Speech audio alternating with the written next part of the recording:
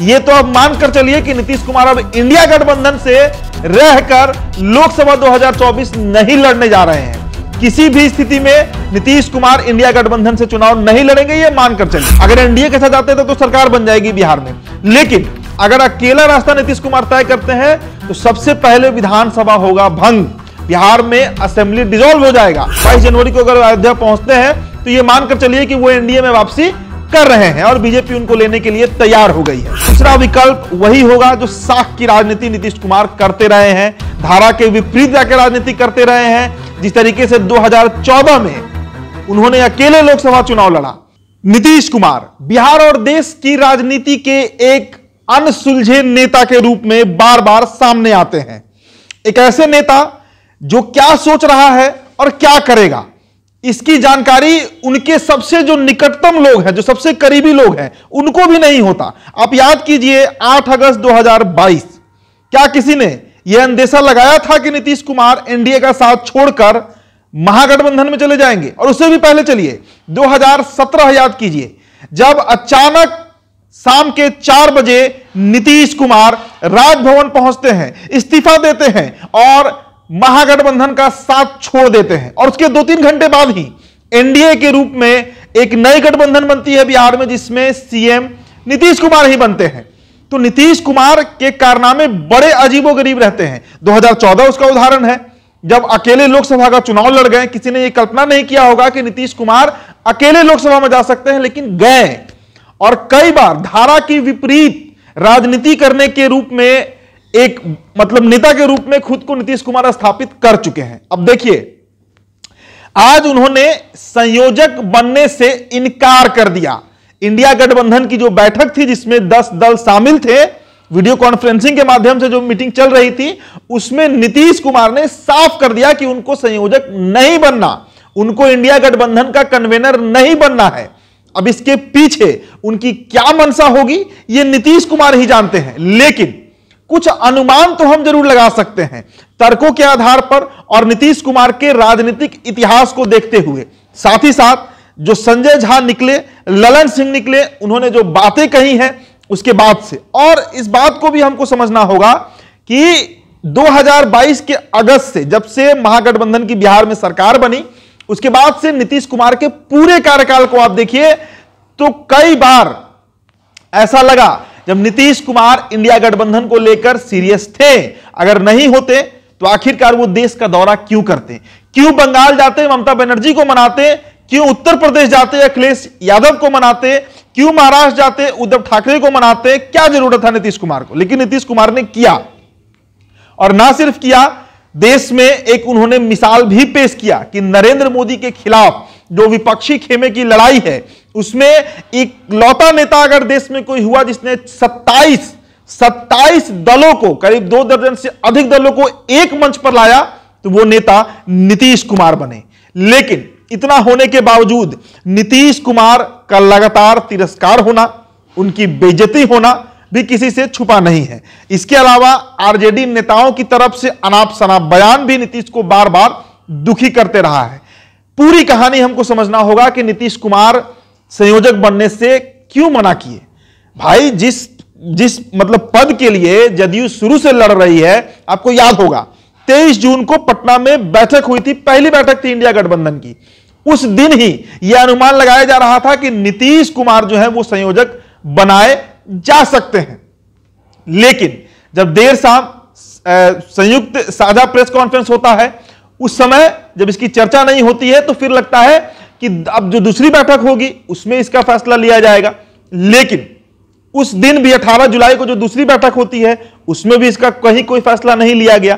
फिर 29 अगस्त और 31 सितंबर, और फिर देखते देखते 5 राज्यों के चुनाव हो जाते हैं, और चौथी बैठक जो होती है दिल्ली में, उस समय भी नीतीश कुमार को कन्वेनर के रूप में कहीं कोई नहीं पूछता है, बल्कि नीतीश के सामने ही ममता बनर्जी और अरविंद केजरीवाल जो हैं वो मल्लिकार्जुन खड़गे का नाम प्रस्तावित कर देते हैं। लेकिन इसके पहले आपको तीसरी बैठक की चर्चा भी जरूरी होती है, क्योंकि नीतीश कुमार जब तीसरी बैठक चल रही थी 29 अगस्त और 1 सितंबर, माफ कीजिएगा 30 अगस्त और 1 सितंबर, उस दरमियान नीतीश कुमार चाहते थे कि उनका जो जातीय जनगणना का मुद्दा है वो मतलब राष्ट्रव्यापी मुद्दा बने, लेकिन ममता बनर्जी इससे किनारा कर लेती हैं, अरविंद केजरीवाल इससे किनारा कर लेते हैं और कांग्रेस पार्टी भी उसको तवज्जो नहीं देती है। यह भी एक बड़ा सेटबैक नीतीश कुमार के लिए बनता है। फिर भाषाई मुद्दा हुआ जिसमें नीतीश कुमार चाहते हैं कि हिंदी भाषा का प्रयोग अधिक से अधिक हो, लेकिन इंडिया गठबंधन के कई ऐसे नेता हैं जो इसको नहीं मानते हैं। यह भी नीतीश को थोड़ा दुख जरूर पहुंचाता है। इसके अलावा नीतीश कुमार तो इसके पक्ष में ही नहीं थे कि जो गठबंधन बनेगा उसका नाम इंडिया रखेंगे, लेकिन उनके मर्जी के खिलाफ यह काम होता है। और सबसे बड़ा तिरस्कार अगर नीतीश कुमार का किसी ने किया, जिसका उत्तर भी आज नीतीश कुमार ने दिया है, वो लालू यादव ने किया। जो पहली बैठक हुई थी उसमें नीतीश कुमार के सामने लालू यादव ने राहुल गांधी को दूल्हा बनने के लिए प्रस्तावित कर दिया था। मतलब इंडिया गठबंधन का नेता राहुल गांधी होंगे, ये लालू ने पहले ही दिन क्लियर कर दिया। और लालू और कांग्रेस की जो करीबियां हैं, जो नजदीकियां हैं, वो भी किसी से छिपी नहीं है। उसी दिन काफी हतोत्साहित नीतीश कुमार हुए होंगे। हालांकि उन्होंने प्रदर्शित नहीं किया, एक बेहद धैर्यवान और गंभीर नेता के रूप में खुद को बार बार परिचित कराते रहे हैं नीतीश कुमार। लेकिन जब जनता दल यूनाइटेड के सभी नेता बार बार ये उम्मीद जताते रहे, नारा लगाते रहे कि अगला प्रधानमंत्री पद का प्रत्याशी नीतीश कुमार होना चाहिए और सबसे एलिजिबल प्रत्याशी है, एक पिछड़ा समाज का चेहरा है जिस पर कोई अभी तक तो करप्शन का चार्ज नहीं लगा है, कोई बड़ा राजनीतिक पृष्ठभूमि से नहीं आते हैं, तो कई सारे फैक्टर्स नीतीश कुमार के साथ थे जो नीतीश कुमार को एक प्रबल प्रधानमंत्री दावेदार बना रहा था। लेकिन उसका बंटाधार लालू यादव ने किया 23 जून को पटना में, और उसके बाद जो दिल्ली के अशोका होटल में चौथा बैठक हुआ उसमें ममता बनर्जी और अरविंद केजरीवाल ने कर दिया। तो हर तरीके से नीतीश कुमार को बार बार चोटिल किया गया। नीतीश कुमार को प्रधानमंत्री पद का दावेदार छोड़िए, संयोजक तक के लिए पूछा नहीं गया। और आज नीतीश कुमार ने वही बात कहा है कि संयोजक के लिए हमसे क्यों पूछ रहे हैं, लालू यादव को बना दीजिए संयोजक, वो ज्यादा उपयुक्त व्यक्ति हैं, या कांग्रेस से कोई संयोजक बन जाए वो ज्यादा सही होगा। ये बातें नीतीश कुमार ने आज वीडियो कॉन्फ्रेंसिंग के माध्यम से इंडिया गठबंधन में अपना पक्ष रखा है, जो अब तक खबर निकलकर सामने आया है। तो अब सवाल उठता है कि आखिरकार नीतीश के मन में चल क्या रहा है, क्योंकि एक तरफ यह मुद्दा भी बड़ा प्रासंगिक है, क्योंकि राम मंदिर का जो प्राण प्रतिष्ठा है रामलला का 22 अगस्त को, उसका न्योता जब विश्व हिंदू परिषद के कई नेताओं ने सभी नेताओं के घर जाकर दिया, चाहे ममता बनर्जी हो, एम के स्टालिन हो, अखिलेश यादव हो, या कोई भी नेता हो, कांग्रेस के हैं जो शीर्ष नेता है, सभी ने सिरे से ठुकरा दिया। सभी ने कहा कि हम नहीं जाएंगे, लेकिन नीतीश कुमार ने ठुकराया नहीं है। हालांकि उन्होंने हामी नहीं भरी है, लेकिन उन्होंने मना नहीं किया है। बातें जो निकल कर आ रही हैं कि नीतीश कुमार का कोई प्रतिनिधि जा सकता है 22 अगस्त को, और अगर नीतीश कुमार खुद 22 अगस्त को पहुंचते हैं अयोध्या, तो आप मानकर चलिए कि नीतीश कुमार एनडीए में शामिल होने जा रहे हैं। लेकिन इन सबसे इतर जो अब तक का पृष्ठभूमि बना है बिहार की राजनीति में, उसके तथ्यों पर हम ये बात कह सकते हैं कि अमित शाह को छोड़िए, बिहार भाजपा प्रदेश के जो प्रदेश प्रवक्ता हैं, वो ये बात कहते हैं कि नीतीश कुमार के लिए एनडीए का दरवाजा, खिड़की, शटर सब बंद हो चुका है।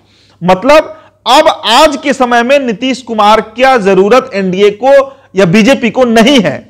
यह बात बार बार बीजेपी स्पष्ट करते रही है। तो अब नीतीश करेंगे क्या, नीतीश के पास क्या विकल्प बचता है? यह तो अब मानकर चलिए कि नीतीश कुमार अब इंडिया गठबंधन से रहकर लोकसभा 2024 नहीं लड़ने जा रहे हैं। किसी भी स्थिति में नीतीश कुमार इंडिया गठबंधन से चुनाव नहीं लड़ेंगे, यह मानकर चलिए। जाएंगे कहां? क्या एनडीए का विकल्प उनके लिए बचा है? एक ऑल्टरनेटिव ऑप्शन उनके लिए बचा है। जो खबरें आती हैं कि दिल्ली में उनकी बातचीत भी चल रही है। अभी 2 दिन पहले हरिवंश नारायण सिंह राज्यसभा के उपसभापति भी आए थे पटना। यह भी खबर आया कि नरेंद्र मोदी के दूत के रूप में आए हैं और बार बार आते हैं, तो यही चर्चा होती है। तो क्या एनडीए से बातचीत चल रही है नीतीश कुमार की? यह पहला विकल्प है। अगर 22 दिसंबर को, माफ कीजिएगा, 22 जनवरी को अगर अयोध्या पहुंचते हैं, तो यह मानकर चलिए कि वो एनडीए में वापसी कर रहे हैं और बीजेपी उनको लेने के लिए तैयार हो गई है। लेकिन बीजेपी का भी कुछ शर्त होगा, इस पर नीतीश कुमार को तैयार होना पड़ेगा। दूसरा विकल्प क्या बचता है? दूसरा विकल्प वही होगा जो साख की राजनीति नीतीश कुमार करते रहे हैं, धारा के विपरीत जाकर राजनीति करते रहे हैं। जिस तरीके से 2014 में उन्होंने अकेले लोकसभा चुनाव लड़ा। नीतीश कुमार चाहते थे कि लाल कृष्ण आडवाणी बने प्रधानमंत्री प्रत्याशी, लेकिन नरेंद्र मोदी का जब नाम फाइनल होता है उसके बाद अकेला चलना पसंद करते हैं नीतीश कुमार। उसका खामियाजा भी भुगतते हैं। महज 2 सीटों पर उनकी पार्टी को जीत मिलती है। तो यह भी एक विकल्प के रूप में नीतीश कुमार सोच रखे होंगे। लेकिन इसका फल क्या हो सकता है, क्या परिणाम हो सकता है? पहला परिणाम तो यही होगा कि अगर नीतीश कुमार अकेला रास्ता तय करते हैं, अगर एनडीए के साथ जाते हैं तो सरकार बन जाएगी बिहार में, लेकिन अगर अकेला रास्ता नीतीश कुमार तय करते हैं तो सबसे पहले विधानसभा होगा भंग, बिहार में असेंबली डिसॉल्व हो जाएगा और उसके बाद सरकार यहां पर गिरेगी, राष्ट्रपति शासन लग सकता है अगर नीतीश कुमार विधानसभा भंग कर रहे हैं तो। अगर नहीं कर रहे हैं तो फिर एनडीए के साथ सरकार बनाएंगे। दूसरा क्या हो सकता है कि अगर नीतीश कुमार अकेले चुनाव लड़ते हैं बिहार में तो फिर महागठबंधन का जो रूप है जिसमें राजद है, कांग्रेस है और वाम है, वो एक साथ चुनाव लड़ेंगे। नीतीश कुमार का साथी कौन बनता है यह भी देखना होगा। लेकिन जो दो विकल्प निकलकर सामने आ रही है वो यही है कि नीतीश कुमार या तो एनडीए में अब जाएंगे या फिर अकेला चुनाव लड़ेंगे। क्या होगा यह भविष्य के गर्भ में है और क्या नीतीश कुमार सोच रहे हैं यह सिर्फ और सिर्फ इस धरती पर नीतीश कुमार को पता होगा या प्रभु राम को पता होगा। इसके अलावा कोई नहीं सटीक तरीके से कह सकता कि नीतीश कुमार के मन में चल क्या रहा है। क्यों संयोजक नहीं बने जिन्होंने सभी पार्टियों को एक मंच पर लाया, उस गठबंधन का अध्यक्ष बनने का दिन था, नीतीश कुमार ने ठुकरा दिया, कहा कि लालू जी को बनाइए। तो क्या होता है ये नीतीश कुमार ही तय करेंगे। बिहार की राजनीति का दशा और दिशा पिछले 18 सालों से नीतीश कुमार तय कर रहे हैं और जिस स्थिति में आज बिहार की राजनीति है अभी भी यही लग रहा है कि नीतीश कुमार ही तय करेंगे। फिलहाल इस चर्चा में इतना ही। बहुत बहुत शुक्रिया।